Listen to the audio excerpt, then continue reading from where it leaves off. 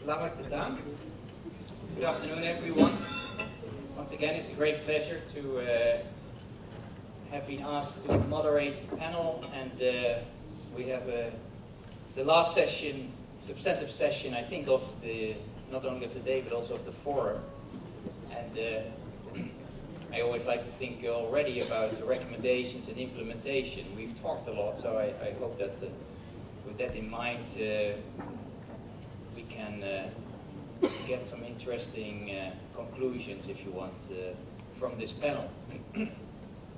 Now, it has already been mentioned a couple of times. The UN is currently negotiating this global compact for safe, orderly and regular migration. And we're going to look in this panel at diaspora contributions, how they can contribute to the implementation. Now, it's a little bit early to talk about the implementation because it's still being negotiated.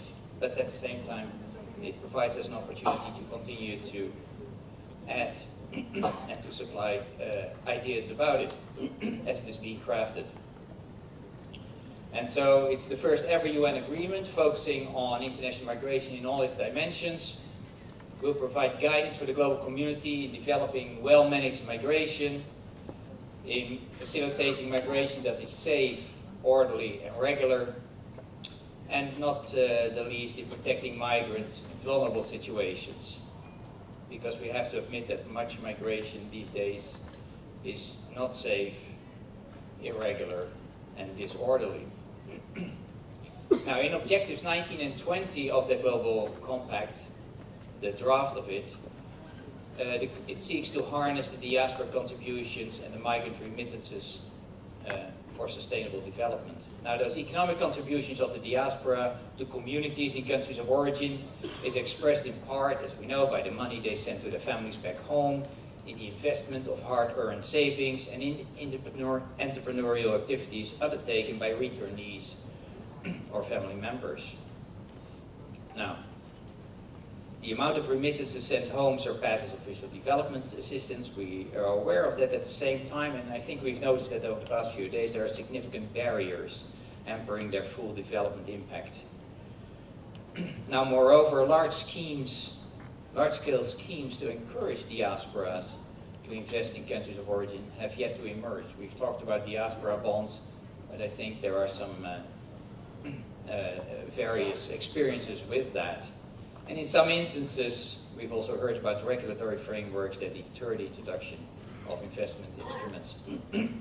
So, the session will review these policies and practices that seek to leverage migrant remittances and diaspora investments. It will also highlight the need for data to monitor progress in implementing the relevant commitments in the future Global Compact for Migration. Now, we have a wonderful set of panelists. On my left, we have Jill Helke, who is the Director of the International Cooperation and Partnerships Division at the International Organization for Migration. IOM is listed in the draft Global Compact as the lead agency for implementation. So in practice that means that I'm sure we will be hearing much from IOM after the December 2018 adoption of the Global Compact in Morocco. Right? Lindsay Lowell is in the left from Jill, is the Director of Policy Studies for the Institute at the Institute for the Study of International Migration at Georgetown University, and a professor in the McCord School of Public Policy. For many years, Lindsay has been researching highly skilled migration and also looked at the implications of that for development. Pedro de Vasconcelos, Technical Advisor and Program Management of the Financing Facility for Remittances. He needs no formal introduction to this public, but I will say that this forum and what the General Assembly is seeking to achieve on sustainable development are two sides of the same coin. And then on the extreme left is Shahadat Khan, academic and researcher at the RMIT University in Melbourne and a coordinator of the Migrant Family Motivation Initiative. RMIT is a global university of technology, design and enterprise with campuses, or at least with links to universities, in Asia, Europe and North America. So we're going to look at the three separate topics. One is diaspora, one is the Global Compact, and one is data. And so several, the panelists will take the lead on these different issues, and I also hope that we get some reflections from the floor or through the electronic system. So let me start on diaspora, and a question for Lindsay. You've published extensively about international migration of the highly skilled and its impact on developing countries. You have argued that the indirect effects of skilled migration can often outweigh any initial negative impacts on developing countries. So what, in your view, are the policy mixes and options available for countries of origin and destination to maximize the benefits of this emigration for migrants and for governments?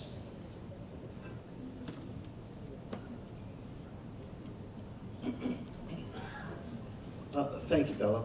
So happy to be here today. And it's a good opportunity for me to learn as well. I'm here as an academic. The question as posed is an interesting one. Our viewpoints about this whole migration development nexus has changed so much over time, and probably as much on highly skilled as any other feature of migration and development.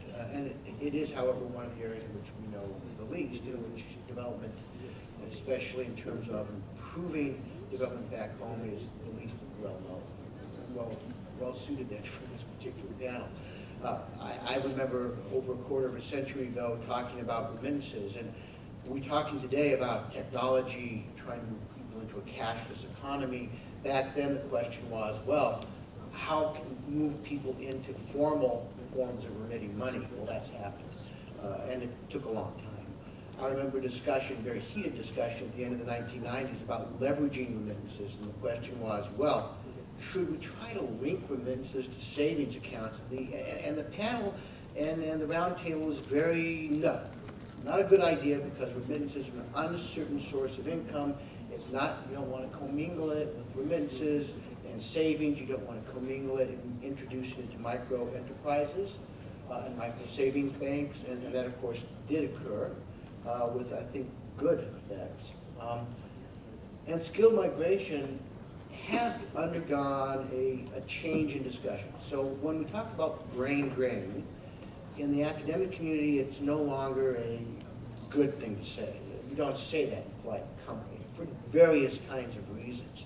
One reason is because it sets up potentially a policy backlash, which could constrain the movement of skilled migrants, and I don't think that's seen as a good idea by most people. There's enough constraints out there on mobility on their own.